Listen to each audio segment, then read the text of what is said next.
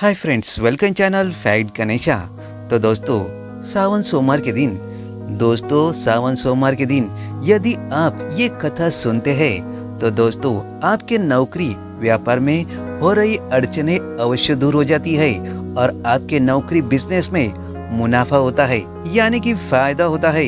यदि आपके नौकरी में टेंशन चल रही है तो वह खत्म हो जाती है। शिव पार्वती की कृपा प्राप्त होती है, अनेक संकट दूर होते हैं और माता पार्वती और शिव भगवान की कृपा हमेशा बरसती रहती है। तो दोस्तों, श्रावण सोमवार के दिन ये कथा सुनने से पढ़ने से जी हाँ दोस्तों, उनकी कृपा अवश्य होती है और आपके जीवन में सुख समृद्धि और शांति प्राप्ति होती है। तो दोस्तों, आइए जानते दोस्तों इस कथा के बारे में। तो दोस्तों, ये वीडियो शुरू करने से पहले मेरे चैनल को सब्सक्राइब अवश्य करें, बेल आइकॉन प्रेस करके ऑल बटन पर क्लिक जरूर करें। तो चलो शुरुआत करते हैं वीडियो से। तो दोस्तों, सोमवार का दिन भगवान शंकर जी को समर्पित होता है। इस दिन भक्त भोलेनाथ को प्रसन्न करने के लिए विशेष पूजा अर्चना करते हैं।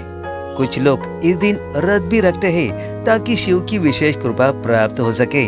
बाबा भोलेनाथ का आशीर्वाद के लिए आप भी सोमवार का व्रत रख सकते हैं। और दोस्तों, इसके साथ शिव व्रत कथा को पढ़कर या सुनकर इस उपास को पूरा कर सकते हैं। तो दोस्तों, आइए जानते दोस्तों इस कथा को। दोस्तों, नारद पुराण के अनुसार सोमवार व्रत में व्यक्ति को प्रातः स्नान करके शिव जी को जल और बेलपत्र चढ़ाना चाहिए तथा शिव गौरी की पूजा करनी चाहिए। शिव पूजन के बाद सोमवार का व्रत कथा सुननी चाहिए। इसके बाद केवल एक समय ही भोजन करना चाहिए। साधारण रूप से सोमवार का व्रत दिन दोस्तों तीसरे तक को होता है, मतलब शाम तक रखा जाता है।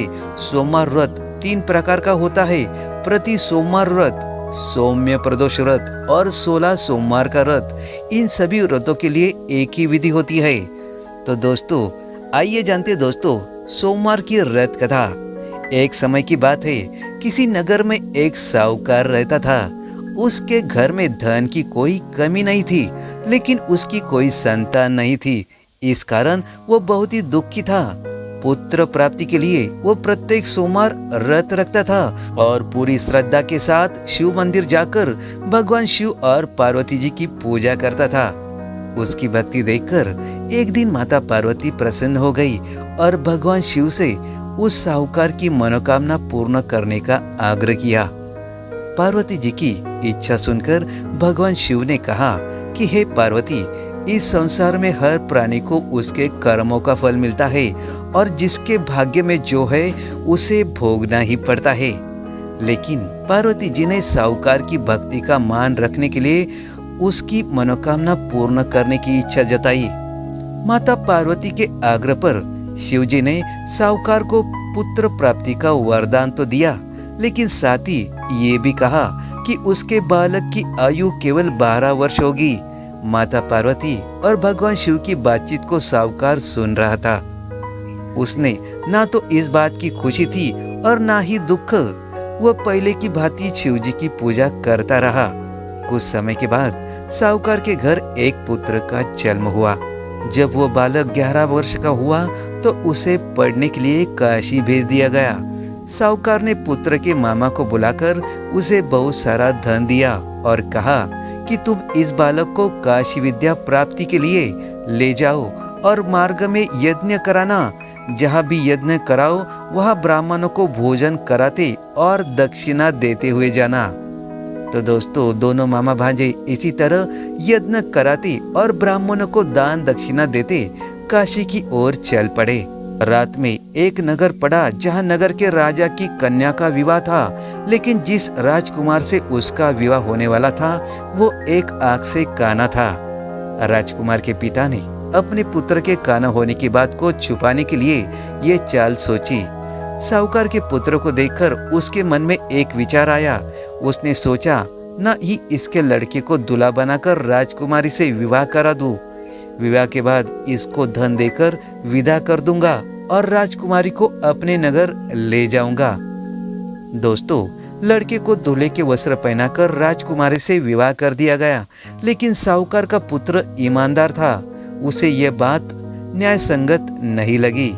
उसने अवसर पाकर राजकुमारी की चुन्नी के पल्ले पर लिखा कि तुम्हारा विवाह तो मेरे साथ हुआ है, लेकिन जिस राजकुमार के संग तुम्हें भेजा जाएगा वो एक आंख से काना है।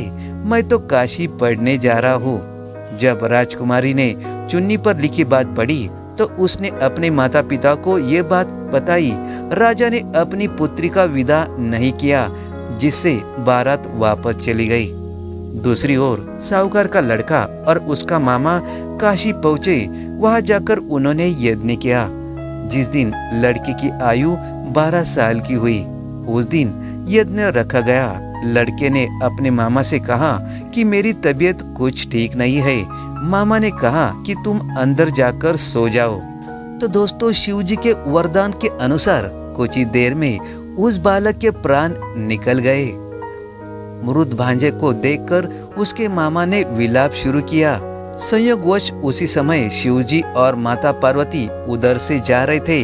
पार्वती ने भगवान से कहा, स्वामी मुझे इसके रोने के स्वर सहन नहीं हो रहे हैं, आप इस व्यक्ति के कष्ट को अवश्य दूर करें। जब शिवजी मृत बालक के समीप गए तो वह बोले कि ये उसी साहूकार का पुत्र है जिसे मैंने 12 वर्ष की आयु का वरदान दिया था।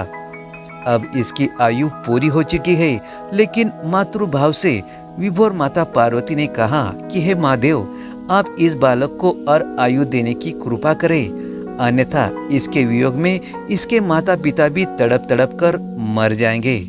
माता पार्वती के आग्रह पर भगवान शिव ने उस लड़के को जीवित होने का वरदान दिया। शिव जी की कृपा से वह लड़का जीवित हो गया। शिक्षा समाप्त करके लड़का मामा के साथ अपने नगर की ओर चल दिया।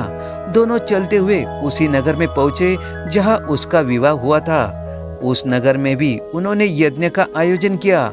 उस लड़के के ससुर ने उसे पहचान लिया और महल में जाकर उसकी खातिरदारी की और अपनी पुत्री को विदा किया। इधर साहूकार और उसकी पत्नी भूखे प्यासे रहकर बेटे की प्रतीक्षा करते रहे।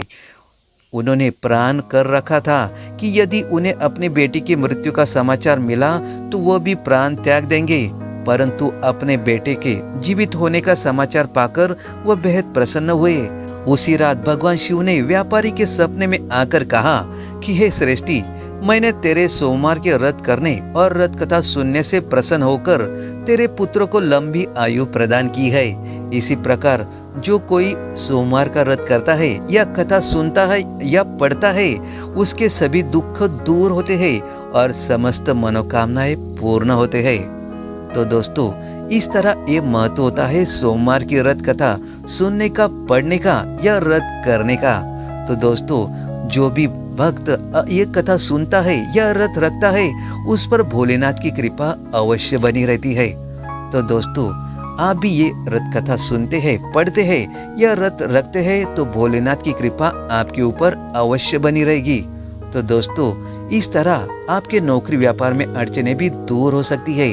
दोस्तों, ये मन भाव से, श्रद्धा भाव से यदि आप ये कथा सुनते हैं, पढ़ते हैं, व्रत रखते हैं तो भोलेनाथ आपकी अवश्य सुनेगा और आपकी हर मनोकामना पूरी अवश्य करेगा।